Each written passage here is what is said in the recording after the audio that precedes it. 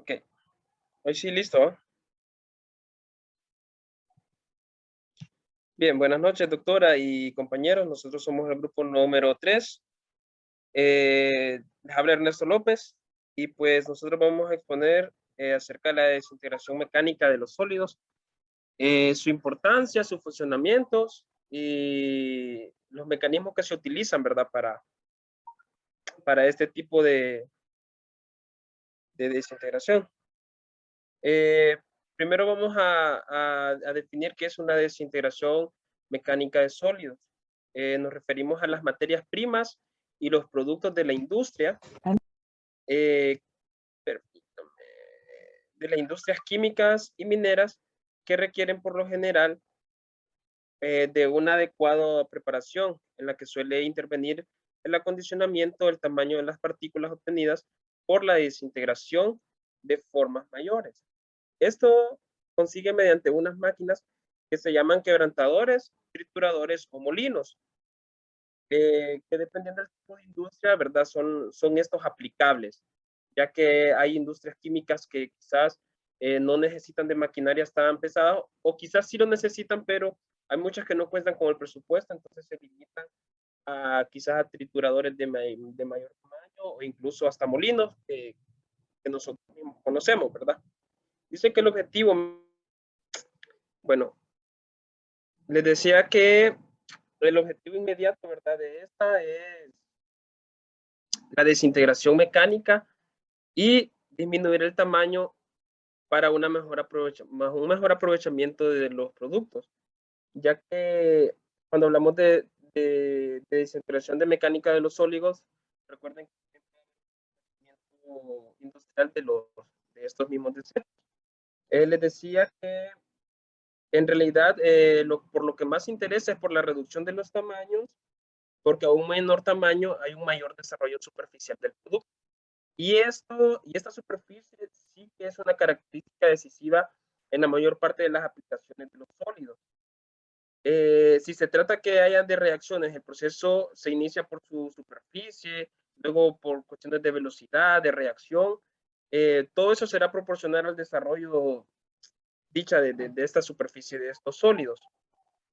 Entonces, desde un punto de vista de la ingeniería química, tenemos que conocer varios aspectos importantes que podemos tomar como primer aspecto lo que son las leyes por las que se rige el fenómeno de desintegración, en especial por lo que se refiere a la energía necesaria para llevarlo a cabo. Que esto es de lo más importante, incluso se les hablará más adelante sobre estas leyes y cuáles son las más importantes y sus funcionamientos. Después tenemos que cuáles son las características de los productos producidos y el aprovechamiento. También tenemos que son los tipos de máquinas que se pueden emplear en el campo específico, ¿verdad? De cada tipo y cómo puede aplicarse o cómo puede utilizarse en la industria o para el objetivo que nosotros estamos trabajando. Después pasamos a lo que son, por ejemplo, la dureza de los sólidos, que aquí más que todo nos concentramos en los minerales, por ejemplo, tal y como se mide por medio de la escala de Mohs, que es muy conocida en sus criterios sobre la resistencia de la trituración. Por ejemplo, aquí tenemos un ejemplo en esta imagen de... ¿Me escuchan bien, verdad? Sí, se escucha. Bueno, gracias, gracias. Entonces, por ejemplo, les voy a leer, tenemos en primera instancia en la escala de Mohs lo que es el talco, el gipsita, la calcita, la fluorita, está la apatía, tenemos en la escala 6 el despato, tenemos el cuarzo, tenemos el topacio, el caridón y el diamante, que estos son tipos de materiales sólidos que también se encuentran en estas desintegraciones y que obviamente tienen su calificación. Por ejemplo, los materiales con dureza del 1 al 3, que sería el talco, el queso y la calcita, tenemos, esos son inclusivos, ¿verdad? Se clasifican como suaves los sólidos suaves del 4 al 7. En este sería de la fluorita hasta el cuarzo. Y los demás se consideran materiales muy resistentes y muy duros, como lo que es el tapazo, el rubí y el diamante, ¿verdad? Son característicos y tienen mucha fama por eso mismo, por su resistencia y por ser piedras preciosas también, ¿verdad? Bueno, entonces pasamos a un poco de la clasificación según el orden que les acabo de leer, que habla sobre la escala de Mohs. Por ejemplo, los materiales suaves, el tarco, las torcas secas de filtros de prensas, las saponitas, yesos, sal de rocas, sales cristalinas y en general el carbón suave, la calcita, mármol, cal, suaves, varitas y azufre. Como ven, aquí hay una extensión más amplia acerca de los materiales suaves, porque, en fin, en la desintegración de los sólidos y la separación de las mismas, que más adelante igual en la especificación de la maquinaria que se utiliza, hay todo este tipo de separación de tamaños, desde los tamaños moleculares hasta los tamaños más grandes. Por ejemplo, tenemos también lo que es la dureza intermedia, que habíamos dicho que abarca desde la aspecto 4 hasta la 7, que incluye la fluorita, el fosfato suave, la magnesita, la apatita, el fosfato duro, el calduro, cromita, el feldespato, ilmenita, artoclasa y hornablendas. Entonces aquí, como ven, hay definiciones que son en las clasificaciones. Y tenemos por último lo que son los materiales duros. Está el cuarzo, el granito, el topacio, el corinto, el zafiro, el esmeril y lo que es el diamante, ¿verdad? Luego vamos a hablar acerca del equipo de desintegración, que aparte de desintegrar también cumplen mucho su función de separar y prácticamente de clasificar los desechos o materias sólidas de acuerdo a sus tamaños. Por ejemplo, vamos a pensar un poco sobre el quebrantador de mandíbulas. Yo sé que son muchos de desintegración, pero al final, para no hacer muy larga la exposición y no tan aburrida, voy a leerles algo acerca de del equipo y les voy a mostrar un video, solo un video de 1 minuto, que es acerca de cómo es la función para que ustedes vean cómo es que funcionan y más que todo sobre el quebrantador de mandíbula. Dice que es, por ejemplo, el quebrantador de mandíbula son los órganos quebrantadores. En estos aparatos son dos placas muy fuertes llamadas mandíbulas. Una de ellas es vertical y va fija al armazón de la máquina. La otra está articulada al aparato para que se pueda experimentar un movimiento de vaivén sobre lo anterior, que son formas de mecanismo de cómo funcionan. Esta es la quebrantadora giratoria. Estas son líneas generales que consisten en una cáscara troncocónica de superficie interior muy resistente, dentro de la cual se mueve un pistilo que se desplaza giroscópicamente. Después tenemos lo que es la quebrantadora de martillo, que en estas máquinas hay un eje de rotación arrastrando en su movimiento y a una serie de crucetas en las cuales llevan en sus dos extremos sendos martillos de acero duros muy pesados que van articulando con la cruceta por los correspondientes pivotes. Y tenemos también lo que son las trituradoras de rodillo. Lo que voy a hacer con los otros videos es que voy a mostrar uno aquí y en los mensajes les voy a dejar los enlaces de las otras máquinas para que ustedes los puedan ver y que también no se queden con la pica de solo lo que les estoy leyendo. Los trituradores de rodillo dicen que es, en esencia, y consisten en dos rodillos iguales con sus ejes dispuestos horizontales y paralelos que se someten a rotación en sentidos opuestos y en uno hacia otro. Reciben el mineral por la parte superior y lo despiden por la parte inferior después de triturado. Está después los trituradores rotatorios, que se les llama de cono o de campana por la forma del órgano activo. Este no tiene un movimiento giroscópico como el caso de los giratorios, sino que simplemente es rotatorio. Después tenemos los molinos rulos, que los molinos rulos o muelas de piedra o de metal consisten en dos grandes ruedas de llantas de ancha, dice, que se montan para necesitan girar alrededor y de una manera lenta. Después tenemos lo que son los molinos tubulares, que en esencia estos tipos de molinos consisten en un cilindro más o menos largo dispuesto y de forma horizontal, al que no se hace girar alrededor de su eje y en su interior se ha depositado previamente una carga de bolas, de barras de pequeña selección y de longitud, casi igual al molino o cilindro quirúrgico. Bueno, vamos a pasar al video para que podamos ver un poco del funcionamiento y cómo se mueve, ya que así solo he explicado bien complicado que ustedes puedan asimilar pues el contexto.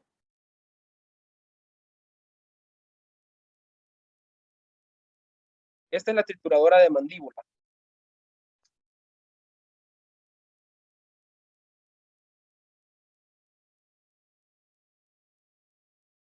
Así es como se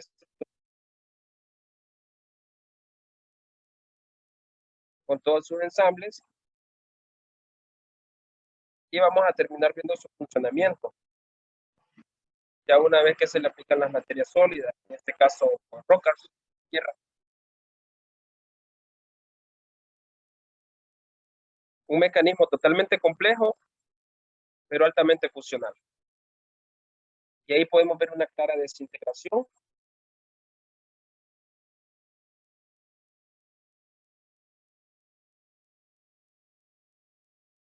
Los sistemas de inyección para la regulación,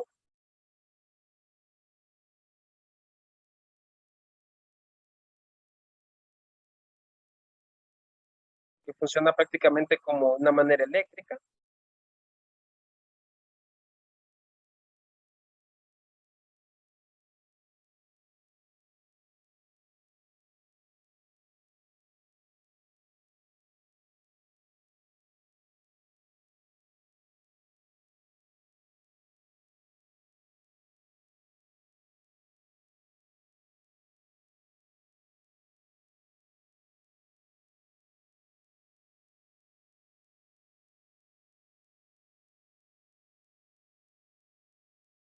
Son sistemas muy complejos y de manera industrial que se utilizan, ¿verdad?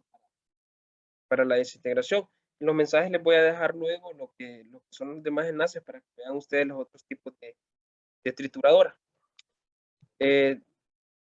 Después tenemos, creo que seguimos con las leyes de la desintegración, mecánica de sólidos, que se los va a explicar mi compañera. Buenas noches, mi nombre es Jocelyn Medina. Voy a continuar hablando sobre las leyes de la desintegración mecánica de sólidos. Siguiente. Bueno, primero tenemos lo que es la teoría de Rittinger. Bueno, la consecuencia de la trituración de una materia es la aparición de nuevas superficies libres. Y esto se consigue venciendo, entre otras resistencias, la fuerza de cohesión. Si la fractura crea nuevas superficies consumiendo energía, el principio de conservación de estas obliga a admitir que exista una energía de superficie, consecuencia de la cual sería la fuerza de cohesión. La cantidad de energía contenida es la unidad de superficie, es la energía superficial específica Z. Si el resultado inmediato de la desintegración es liberar nuevas superficies, entonces resulta lógico enunciar que el trabajo necesario para una desintegración sea proporcional al aumento de superficie producido, donde matemáticamente la ecuación dice que la potencia del motor es igual a la constante del molino por 1 entre el diámetro de la partícula después de la molienda menos 1 entre el diámetro de la partícula antes de la molienda. Segunda diapositiva. Luego tenemos lo que es la ley de Bond. Bond propone un método para estimar la potencia requerida para la trituración y molienda basada en el rozamiento semiteórico y dice de manera compacta que el trabajo requerido para formar partículas de tamaño P a partir de alimentaciones muy grandes es proporcional a la raíz cuadrada de la relación de superficie menos volumen del producto. Y su ecuación es la que vemos ahí en pantalla, donde la P es la potencia neta demandada por el molino, igual a la constante B entre el tamaño de la partícula. Siguiente. Luego tenemos lo que es la ley de Kick. Según los trabajos de este autor, el trabajo físico necesario para la desintegración sería una función logarítmica del cociente de los tamaños inicial y final, como vemos ahí en la ecuación. Siguiente. Asimismo, se puede enunciar diciendo que el trabajo absorbido para producir cambios análogos en la configuración de dos cuerpos geométricamente semejantes y de la misma materia varía con el volumen o la masa de estos cuerpos. Según la ley de Kick, se necesita la misma cantidad de energía para desintegrar una materia desde 1 a 0.5 centímetros que desde 0.5 a 0.25 centímetros. Siguiente.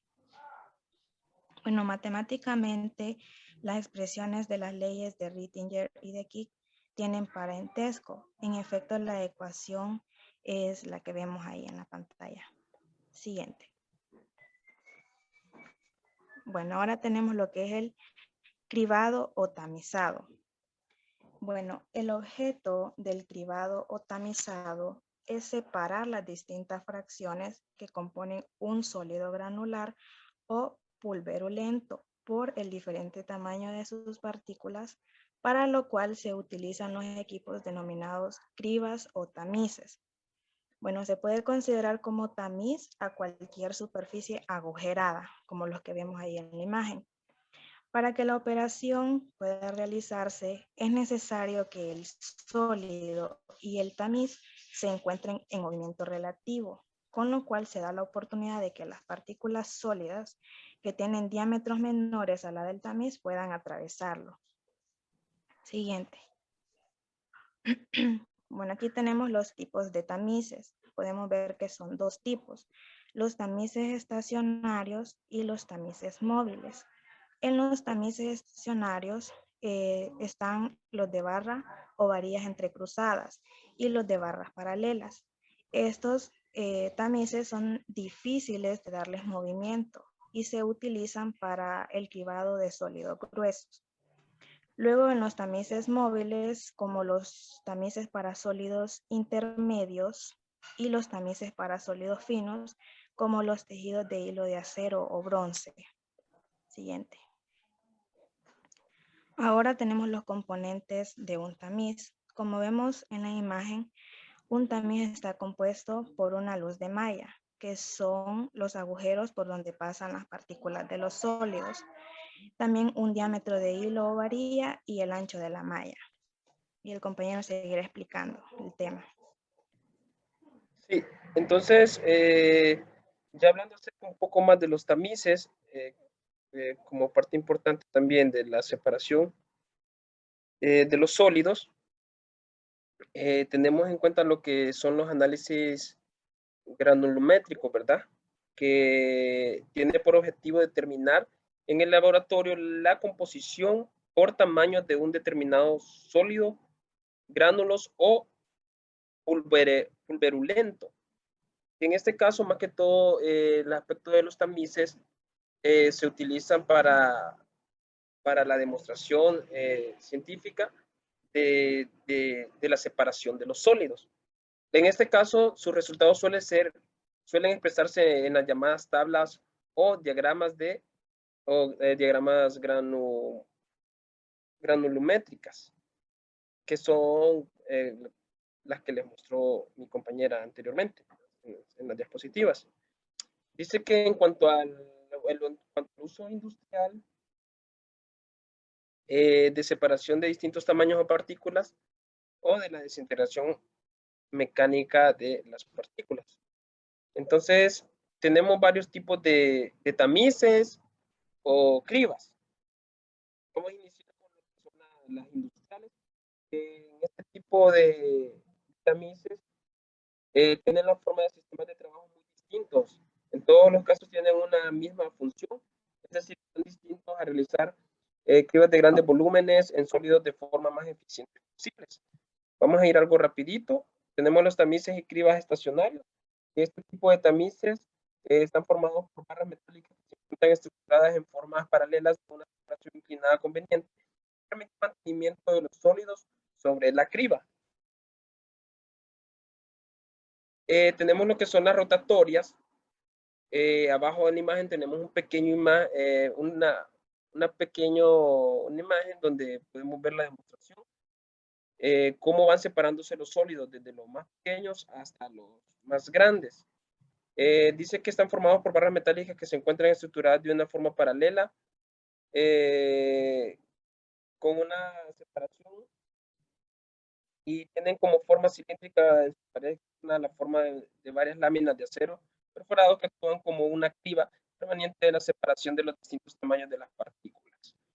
Pasamos a lo que son los tamices o cribas oscilantes, que en estos tamices se conoce también con el nombre de vaivén y están conformadas por una o varias bandejas rectangulares dispuestas sobre otras, con el fondo de cada una de ellas dispuestos en un determinado tamiz, o sea que tiene varios niveles de tamices.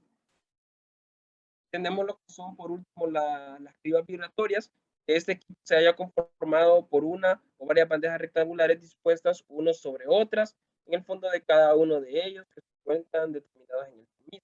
El equipo descansa sobre el amortiguador o resortes y el equipo tiene un mecanismo de vibración, el que provoca un movimiento intenso en el tamiz para facilitar el trabajo. Este tipo de equipos son útiles para los cribados de sólidos de tamaños medianos y fijos. Bueno, estos han sido los tipos y la clasificación de los tamices y toda nuestra exposición. Muchas gracias.